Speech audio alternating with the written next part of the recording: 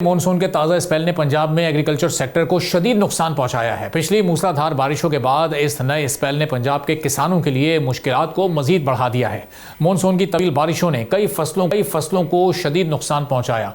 Cotton की जल्द बोई जाने वाली फसलों को मौसम की इस तब्दीली ने इंतहाई हद तक मुतासर किया है। बावलनगर और गिरदुनवा में कपास की तकरीबन 95% फसल तबाह हो चुकी है। जुलाई में होने वाली बारिशों ने कपास के फूल को मुतासर किया और अब इस नए स्पेल से कपास की पैदावार भी मुतासर हुई है। बारिशों में नमी बढ़ने की वजह से भी कपास की फसलों पर कीड़ों का ज्यादा हमला हुआ। मुख्तलिफ इलाकों में 1000 एकड़ पर लगी कपास में से सिर्फ 50 से 60 एकड़ ही किसान को कुछ प्रॉफिट देने के काबिल हो सकेगी।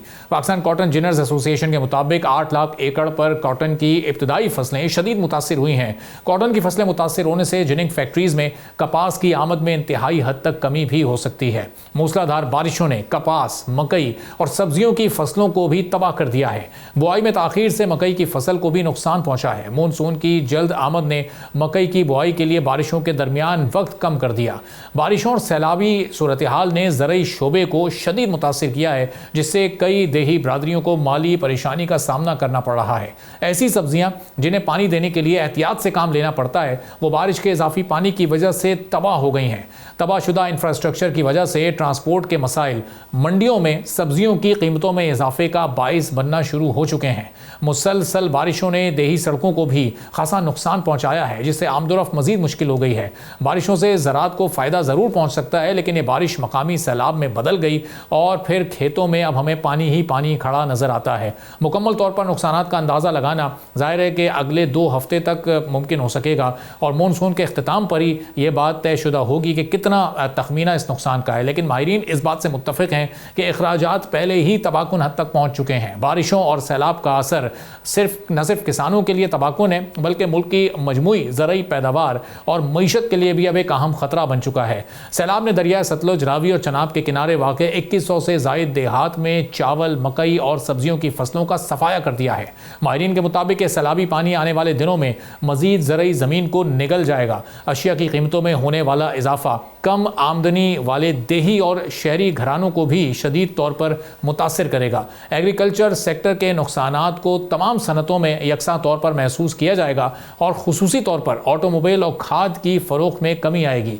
ज़्यादा तशवीशनाक बात यह है कि बैलेंस ऑफ पेमेंट के असरात के नतीजे में खाने पीने की अशिया की किल्लत और इम्पोर्ट बिल में इजाफे का इम्कान है। चावल और कपास की पैदावारी नुकसानात की वजह से एक्सपोर्ट्स भी मुतासिर हो सकती हैं।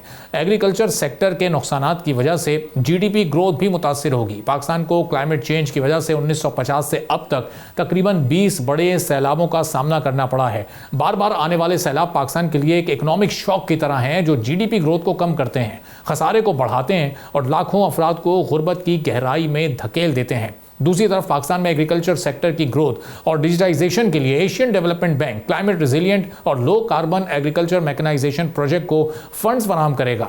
ADB के मंसूबे को छोटे किसानों के लिए जदीद काश्तकारी के आलात तक रसाई को बढ़ाने के लिए डिज़ाइन किया गया है और साथ साथ ये इक़दाम एग्रीकल्चर सेक्टर के माहौलियाती असरात को कम करने की कोशिश भी है। क्लाइमेट रिजिलियंट और low carbon agriculture mechanisation project में जदीद ज़रई मशीनरी की इम्पोर्ट्स की जाएगी, जिससे कारकर्दगी में बेहतरी, ईंधन में कमी और ग्रीन हाउस गैसेस के अखराज में भी कमी होगी। अब नई मशीनरी इस वक्त इस्तेमाल होने वाले पुराने और नाकारा आलात की जगह ले लेगी, जिसमें ज़्यादातर 20 से 60 साल पुराने हैं। ADB के मुताबिक मौजूदा मशीनरी बहुत कम माहौल दोस्त और ईंधन का ज़्यादा अखराज करती है। नए प्रोजेक्ट के तहत छोटे काश्तकार जदीद आलात से बुआई और कटाई में आसानियां हासिल कर सकेंगे। मैकेनाइजेशन से एग्री प्रोडक्शन में इजाफा और बड़ी लेबर फोर्स के बजाय ऑपरेशनल अखराजात में कमी की तवक्को है। जदीद मशीनरी से कार्बन अखराज में वाज़े कमी आएगी और ज़राअत का शोबा इस वक्त 174 मिलियन टन कार्बन डाइऑक्साइड के अखराज का बाइस बनता है, जिसका अहम हिस्सा चावल के पानी, फसलों की बाकियात को जलाने, खाद की ज़रूरत से ज़्यादा इस्तेमाल और मवेशियों के इंतज़ाम से होता है। अब इन अखराज से 89.8 टन मीथेन और 83.7 टन नाइट्रस ऑक्साइड शामिल हैं।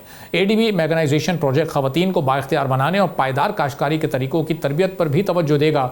एग्रीकल्चर सेक्टर में पंजाब का बड़ा हिस्सा शामिल है, जिसमें 76% गंदम, 62% चावल और मकई की पैदावार का 91% है। ADB के मुताबिक क्लाइमेट चेंज की वजह से फसलों की पैदावार में कमी हो सकती है, जिसमें गंदम की पैदावार में 5% और मकई की पैदावार में 6% तक की कमी की तवक्को की जा रही है।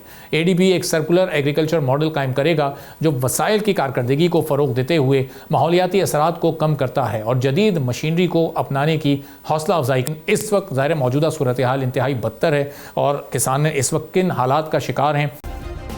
सब्सक्राइब करें और बेल दबाएं ताकि कोई खबर रह न जाए।